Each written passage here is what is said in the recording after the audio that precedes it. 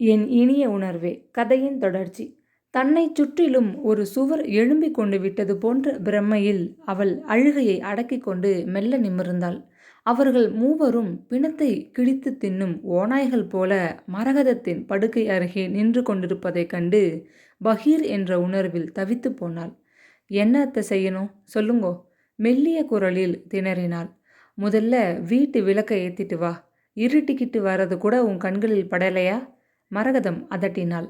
பூஜை அறை விளக்கை ஏற்றிவிட்டு தெய்வ படங்கள் முன் விழுந்து கும்பிட்ட போது அவளது கண்ணீர் தரையை நனைத்தது. நான் படித்த பெண்தான், வீட்டை சாமர்த்தியமாக நிர்வகிக்க தெரிஞ்சவதான். மாமியாரின் குணம் கெட்ட தன்மையை பாராட்டாது பொறுமையுடன் அவர்களை உண்மையான பரிவோடு கவனிச்சு கொள்ளும் கடமை உணர்வு நிறைய உடையவள்தான். ஆனால் பகவதி அம்மாளுக்கு முன் பஞ்சாக பரிதவிக்கிறேனே. விசும்பி அழுதபடி கண்களை துடைத்து கொண்டு அவள் வெளிவரும் முன் பகவதி அம்மாளின் பெரும் குரல் அதட்டியது.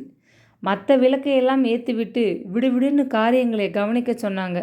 மரகதம் பூஜை அறையில் என்ன தவம் செய்கிற? மாமியார் சட்டுன்னு போயிடணும்னு கடவுளை வேண்டிக்கிறியா? அசுரத்தனமான சிரிப்பு தொடர அவள் அரண்டு போனாள். அவர்கள் வீட்டில் வந்து உட்கார்ந்து கொண்டு வீட்டு எஜமானியையே ஆட்டி படைக்கும் பகவதி உண்மையில் ஒரு பயங்கர ராட்சசி.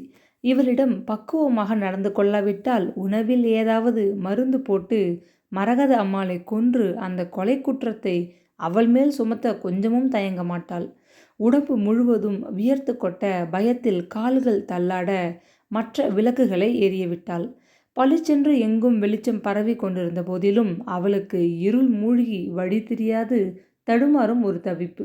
மாமியாருக்கு இரவு உணவு கொடுத்து மருந்துகளை தந்து படுக்கையை சரிபடுத்தி உபசரிப்புகளை செய்துவிட்டு விருந்தாளிகளுக்கு சாப்பாடு போட்டு பின்னர் தானே சமையலறை தரையில் சோற்றுத்தட்டுடன் உட்கார்ந்து ஒரு பிடி சாதத்தை வாயில் வைத்தபோது உணவு அவளுக்கு கசந்தது. துக்கம் தொண்டையை அடைத்தது. சமையலறை வேலையை வேகமாக முடித்துக்கொண்டு கதவை சாத்திவிட்டு அவள் திரும்பும் முன் பகவதி மீண்டும் அங்கே வந்துவிட்டாள். மரகதம் உன்னை கூப்பிடுறாங்க, உடனே வா உத்தரவிட்டாள். மரகதத்தின் அறையில் அதுவரை நின்று கொண்டிருந்த பொன்னியை பகவதி வீட்டுக்கு அனுப்பிவிட்டிருந்தாள். சாதாரண நாட்களில் பொன்னி சின்ன எஜமானியிடம் விடைபெற்று கொண்டு போவது வழக்கம். இந்த 2 தினங்களாக அவளும் மிகவும் திமிராக சாம்புவியை மதிக்காது நடந்து கொள்ள துவங்கிவிட்டிருந்தாள். அறைக்குள்ளே பகவதி தன் மகளுடன் படுக்கை அருகே வந்து உட்கார்ந்து கொண்டாள். அலமாரியிலிருந்து ஒரு காகிதமும் பேனாவும் எடுத்து நான் சொல்றபடி எழுது, மரகதம் கடுப்பாக சொன்னாள். எச்சிலை விழுங்கிக் கொண்டாள் சாம்பவி. யாருக்கு அத்தை? மெல்லிய குரலில் கேட்டாள். யாருக்கு எழுத சொல்வேன்? உன் புருஷனுக்குத்தான். எழுதுறதுல நீ ரொம்ப கெட்டிக்காரியாச்சே.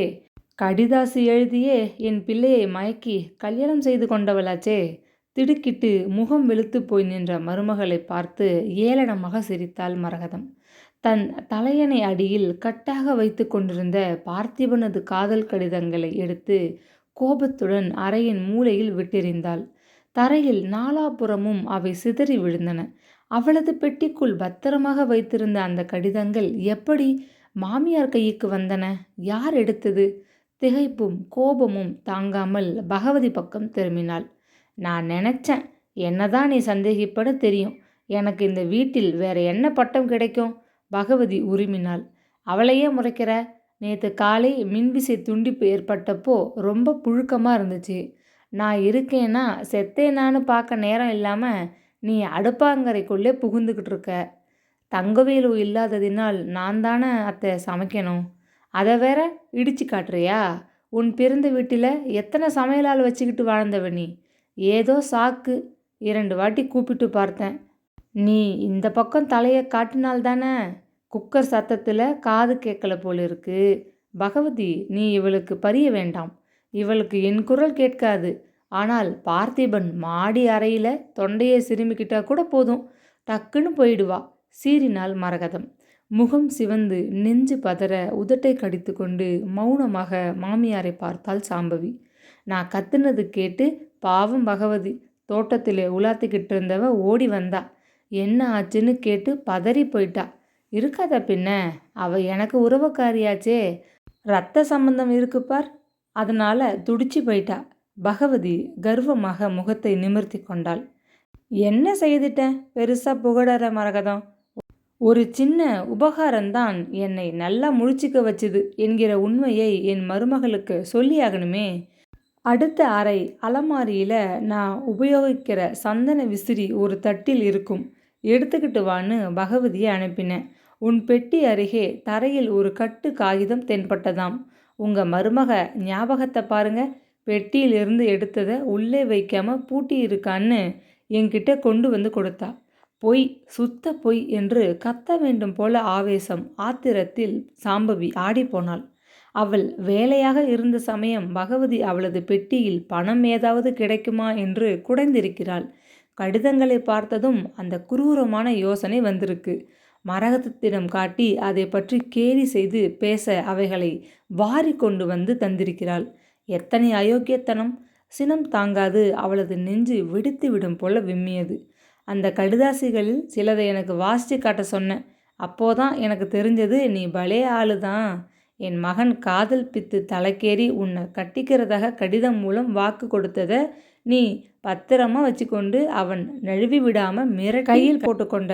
கடிதாசி எழுதி மாட்டிக்கொண்டோமேன்னு அவன் வேற வழி இல்லாமல் கல்யாணத்துக்கு ஒப்புக்கொண்டிருக்கிறான். அப்படியே கடிதம் மூலம் என் வீட்டு விவகாரங்கள், என் பழக்க வழக்கம் எல்லாத்தையும் நீ கேட்க அவன் எழுதி தொலைச்சிருக்கான். அதையெல்லாம் தெரிஞ்சு கொண்டு இத்தனை பெரிய வீட்டை சாமர்த்தியமாக நிர்வகிக்க தெரிஞ்சா போல உள்ளே புகுந்து கொண்ட கள்ளி, பெரிய வேஷக்காரி. தனது ஆடைகளை யாரோ உருவி அவமானப்படுத்தி விட்டது போன்று உடல் முழுவதும் கூசி குறுகி போனாள் சாம்பவி. தன் கணவன் காதலனாக இருந்த பொழுது மிகவும் அந்தரங்கமாக அவளுக்கு எழுதின கடிதங்களை இப்படியா அம்பலப்படுத்துவது? பிறர் கடிதங்களை படிப்பது தவறு என்று ஆசிரியை வேலை பார்த்த பகவதிக்கா தெரியாது? கண்ணில் பனித்த நீரை அடக்கி கொண்டு கோபத்துடன் உறக்கவே கேட்டுவிட்டாள். என் கணவர் எனக்கு எழுதின கடிதங்களை படிக்க இவங்களுக்கு என்ன உரிமை? அப்படி செய்கிறது பெரிய தப்புன்னு படித்தவங்க இவங்களுக்கு தோணாதது என்ன விந்தை? விந்தையும் அல்ல, வேடிக்கையும் இல்லை. அவள் வாசிக்க மாட்டேன்னு தான் சொன்னான். நான் தான் வற்புறுத்தினேன். என் மகன் என்ன தான் எழுதி உங்ககிட்ட மாட்டிக்கொண்டிருக்கான்னு தெரிஞ்சுக்க விரும்பினேன். உங்களது மகனின் காதல் கடிதங்களை பிறர் படித்து நீங்கள் கேட்க உங்களுக்கு வெட்கமாக இல்லை? அவரது அந்தரங்க ஆசைகளை வேறு ஒரு பெண்ணோட பரிமாறிக்கொள்ள அசிங்கமாக இல்லை? படபடவென்று கேட்க குதித்தாள். கட்டாயம் அவள் இந்த விபரீத நிகழ்ச்சியை பார்த்திபனிடம் உடனடியாக சொல்லியாக வேண்டும். வந்த உடனேயே முதல் காரியமாக வீட்டிலே கலகம் செய்து கொண்டு உட்கார்ந்திருக்கும் பகவதியையும் அவள் பெண்ணையும் மூட்டை கட்டி அனுப்பி வைக்க வேண்டும்.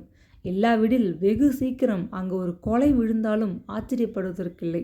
சற்றென்று குனிந்து சிதறி கிடந்த கடிதங்களை பொறுக்கி சேர்த்து எடுத்துக்கொண்டாள். இவைகளை நான் பெட்டியில் வச்சுட்டு வரேன் அத்தை என்று கூறிவிட்டு வெளியே வந்தாள். ஆத்திரமும் அழுகையும் கட்டுக்கொள்ளாது போகவே அந்த கடிதங்களை தன் நெஞ்சோடு அணைத்து கொண்டு அரைவாசல் கதவருகே நின்றபடி விசும்பி அழுதாள். பிள்ளையார் கோவில் அருகே கள்ளத்தனமாக சந்தித்து காதல் கடிதங்களை பரிமாறிக்கொண்ட போது எதிரே தெரிந்த பச்சை வயல் நெற்பயிரை தொட்டு விளையாடிவிட்டு தென்றல் வாய்க்காலில் குளுமையை வாரிக்கொண்டு வந்து அவள் முகத்தில் வீசிய போது மனதுக்கு பிடித்தவனை மணந்து கொண்டதும் அவளது வருங்காலம் ஒரு இனிய பூங்காற்றாக இருக்கப் போவதாக கனவு கண்டவளுக்கு எத்தனை பெரிய அதிர்ச்சி! இப்போது பயங்கரமானதொரு புயல் அல்லவா வீசிக்கொண்டிருக்கிறது. அவள் தாயின் வாயில் சர்க்கரையை அள்ளி போட வேண்டும். பணக்காரனுக்கு மனைவியாக போகிறோம் என்று மயங்கிவிடாதே. பணமும் வீடும் வசதிகளும் இருந்துவிட்டால் மட்டும் வாழ்க்கை நிறைந்து விடாது. அம்மா, உலக அனுபவத்தின் பேரில் நீங்கள் சொன்னது முற்றிலும் உண்மை. அம்மா, என்னை ரொம்பவே அவமானப்படுத்திட்டாங்க. என் உடம்பு மேலே துணி இல்லாதது போல எனக்கு யாரையும் பார்க்க வெட்கமாக இருக்கம்மா. அவர் எனக்கு ஆசையோடு எழுதின கடிதங்களை படித்து கேலி செய்து சிரிச்சிருக்காங்கம்மா. பாவி பகவதி, என்ன நெஞ்செழுத்தம்! கேட்பார் இல்லை என்கிற துணிச்சல்! அம்மா, என் கணவர் முகத்தை பார்க்க கூட எனக்கு ரொம்ப அவமானமாக இருக்கும் போலிருக்கே என்று கூறி தன்னை பெற்றவளை கட்டி கொண்டு கதறி அழவேண்டும் போன்ற துயரத்தில் அவள் பொங்கி போனாள். ஆமாம், உள்ளூரிலேயே பக்கத்து தெருவில் வசிக்கும் பெரியம்மா அலமேலுவுக்கு இங்கே நடக்கிற விஷயங்கள் ஏதாவது தெரியுமா? வேலையை விட்டு போனதும் தங்கவேலு சும்மா இருக்க மாட்டார். உடனடியாக அலமேலு அம்மாவிடம் போய் பார்த்திபன் வீட்டில் நடக்கும் அநியாயங்களை சொல்லியிருப்பார். பெரியம்மா அவைகளை கேட்டுக்கொண்டு சும்மா இருந்து விட மாட்டாங்க. யாரையாவது கூட்டிக் கொண்டு நியாயம் கேட்க அங்கே வரமாட்டாங்களா? அவள் பெரியம்மாவை இப்போது தொடர்பு கொள்ள வேண்டும். எப்படி? கலங்கினாள். உங்களுடைய கமெண்ட்ஸுக்கு ரொம்ப நன்றி. நீங்கள் போடுற கமெண்ட்ஸ் என்னை ரொம்பவே மோட்டிவேட் பண்ணுது. நான் டெய்லி வீடியோ போடுறதுக்கு உங்கள் கமெண்ட்ஸ் எனக்கு ரொம்ப ஹெல்ப் பண்ணுது. கதையோட முடிவில் உங்களுக்கு நான் கண்டிப்பாக பரிசு கொடுக்கலான்னு இருக்கேன். வருமானம் பெருசாக ஒன்றும் எனக்கு இன்னும் வரலை. ஆனாலும் எனக்கு நீங்கள் கொடுக்குற சப்போர்ட்டுக்கு நான் திரும்ப உங்களுக்கு காட்டுற அன்பு நான் கொடுக்க போகிற பரிசு. தேங்க்யூ.